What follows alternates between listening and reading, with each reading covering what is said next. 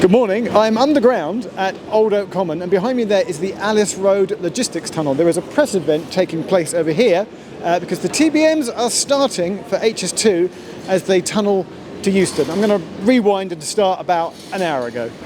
So this is a press event to mark the first of two HS2 Tunnel Boring Machines beginning their journey from Old Oak Common, tunnelling all the way down to Euston Station.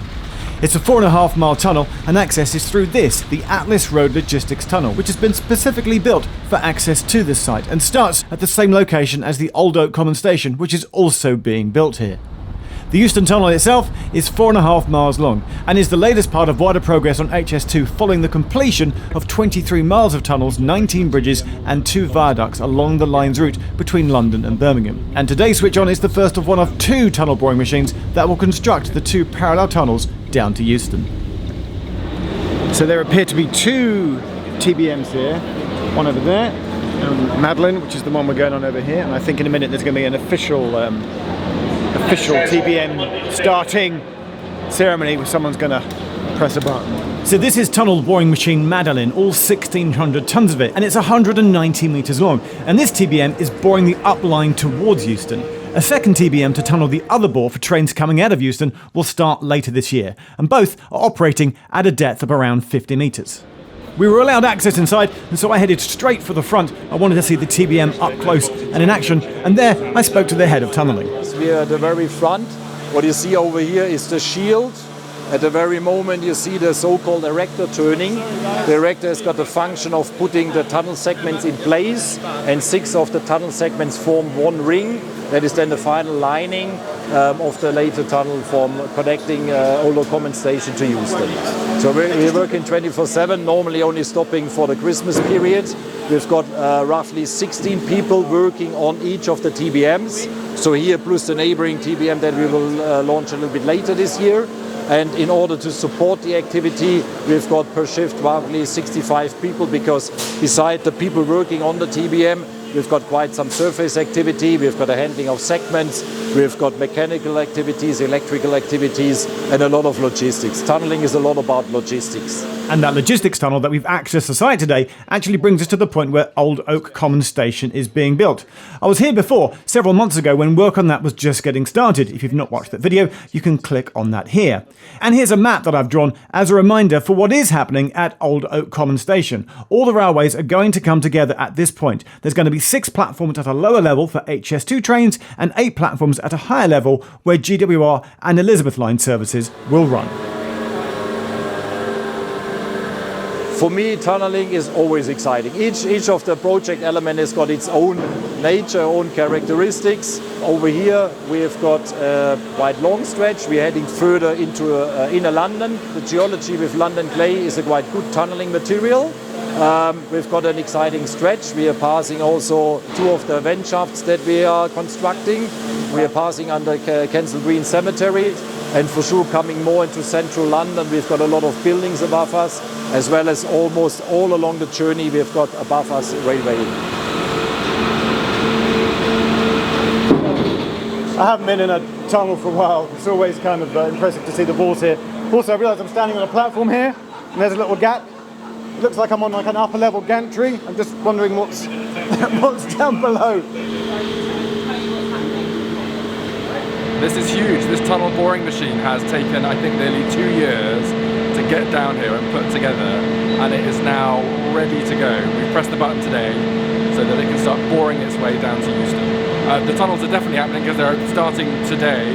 As a government, we funded this at the recent spending review as part of our 10-year infrastructure strategy, because we think it's really important, not just for the HS2 project itself, but for the enormous development opportunities for Euston and that part of London. All right, we are way down the front. Tunnel segments are moving.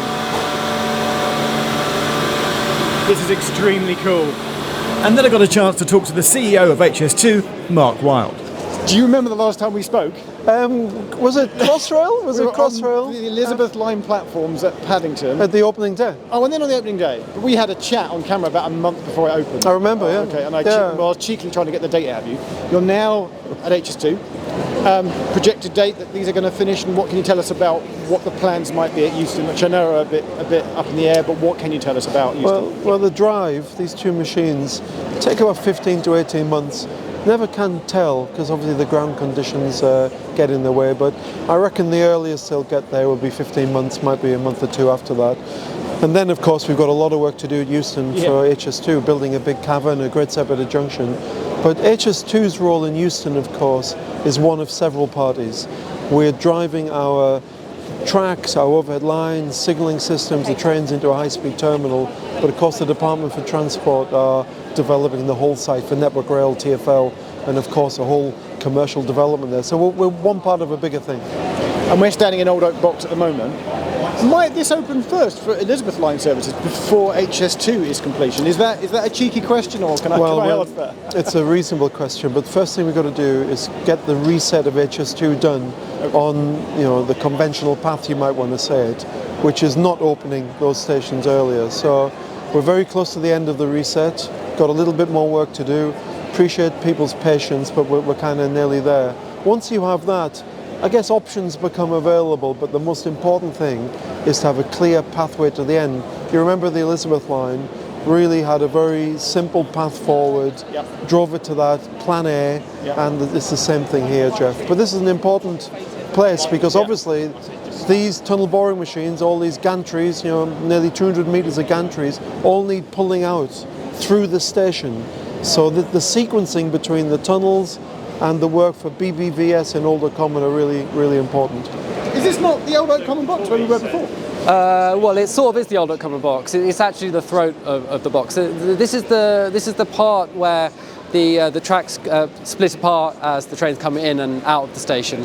But the actual platforms are just a few 100 meters or so in that direction on the other side of a temporary wall. And that's where we're building 6, the high-speed platforms. I think when we came here, this was full of mud.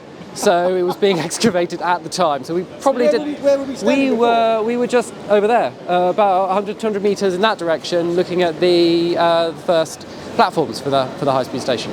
And I chat to Alistair to get information because I'm always reminded of the vast scale of this project every time I visit one of the HS2 sites.